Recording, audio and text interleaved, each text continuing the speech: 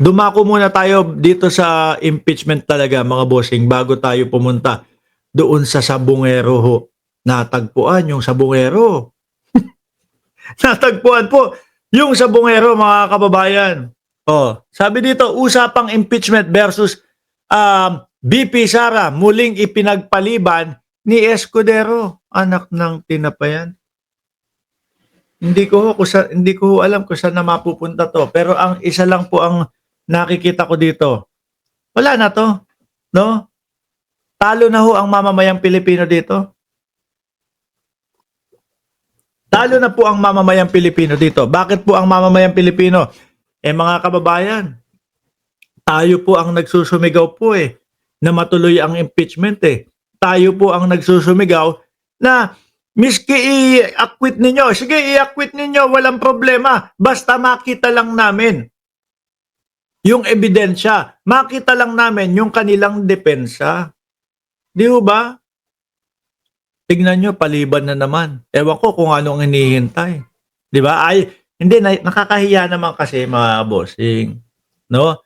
Nakakahiya naman ho kasi kung rerekta agad sila. Kung irerekta ho nila, ay naku, halatang halata. Di ba? Halatang inantay lang yung Supreme Court na magsalita. Kasi ganyan ho yung kita natin dyan Pebrero, 5.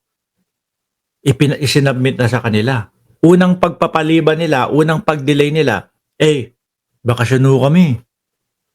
No? Pahinga. Pero naalala nyo, nag-hearing pa si Amy Marcos? Di ba? Parang meron silang mga pinipiling uunahin ho, mga kababayan. Pagka against, doon sa mga tao na nagpapatupad ng batas, tapos sumusuporta sa gobyerno, katulong ng gobyerno, sige, hearing agad natin yan. Pero kapag ito, yung mga kakampi yata nila, mga bossing, pag ito, yung mga kaalyado nila, kaibigan nila, delay ng delay. Nakikita nyo yung pagkakaiba? Ayan mismo nakalagay. Ano ang sabi sa Merriam-Webster? Ano ang forthwith? Without any delay. Putrages na yan. Immediately. Di ba? Samantala, tapos ang makikita natin,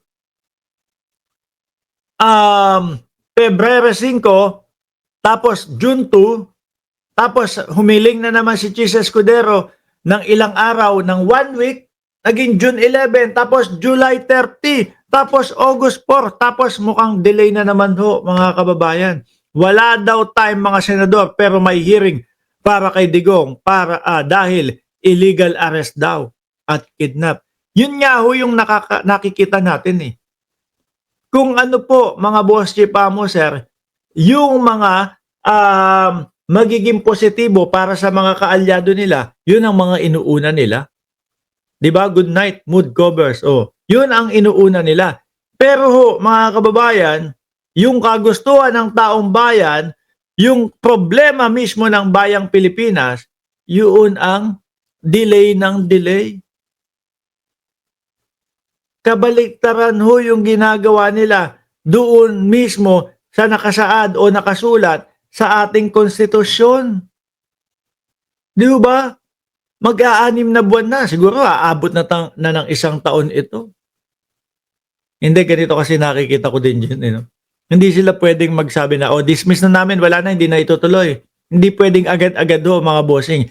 Mahahalata ng taong bayan at talagang hinintay nila yung Korte Suprema na magsalita. Upang sa ganun nga naman, mas madali sa kanila. 'Di ba? Mas madali sa kanila na sabihin sa taong bayan, wala na. Tignan mo, Korte Suprema nga. Nagsabi na unconstitutional, tapos kami itutuloy pa namin. Ganyan yung trip niyan, mga yan. Di ba? Halata Forthwith is 4 months. 4 months yan.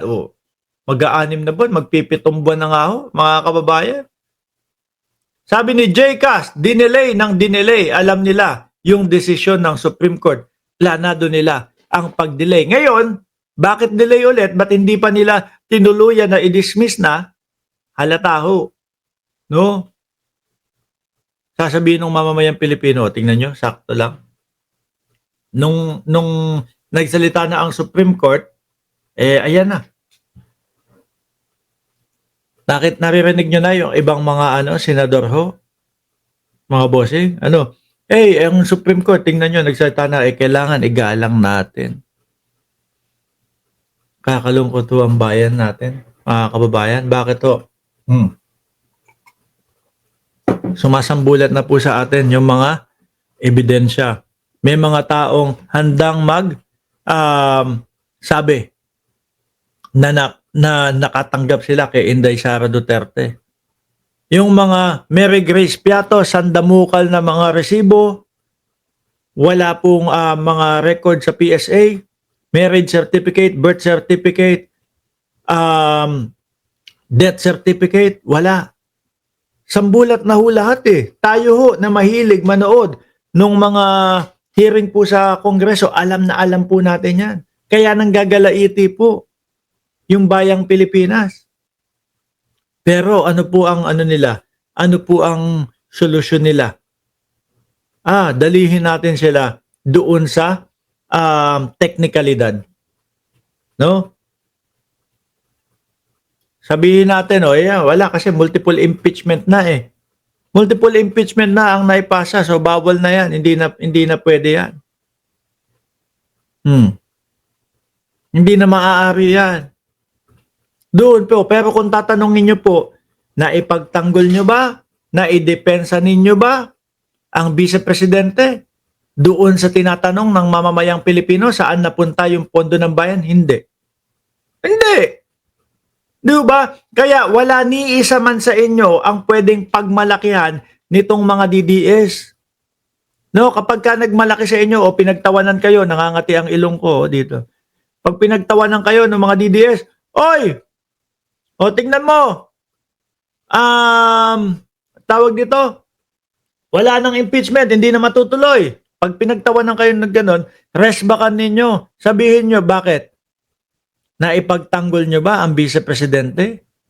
Nasagot nyo ba yung mga pondo na sinasabing ninakaw ng vice-presidente? Wala. Di ba? Wala. Mga kababayan. Wala. So tayo mananatili po sa utak ng bawat Pilipino, mga bossing, Chief Amo, sir. Mananatili po sa utak ng bawat Pilipino na may question tayo sa vice-presidente. Vice-presidente, magnanakaw ka ba talaga?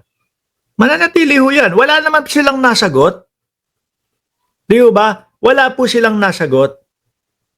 Dinali po nila sa teknikalidad po. So ngayon, yung problema ng bayan na nauubusan ng pondo, bulto-bultong mga pera ang nawawala, next year na po natin sagutin yan. No? Kasi may teknikalidad na mali yung House of Representatives. Next year na lang. O hayaan na nating maubos ang pondo ng bayan. Kaya ang mangyayari ho, mga bossing, lalakas ho ang mga loob. Lalakas ang loob ng mga magnanakaw sa gobyerno at mga magnanakaw pa sa gobyerno, mga bossing. Bakit to? Baka friend ko to, kaibigan ko to, madami akong kaibigan dyan. Handa akong ipagtanggol niyang mga kaibigan ko na yan. Di ba?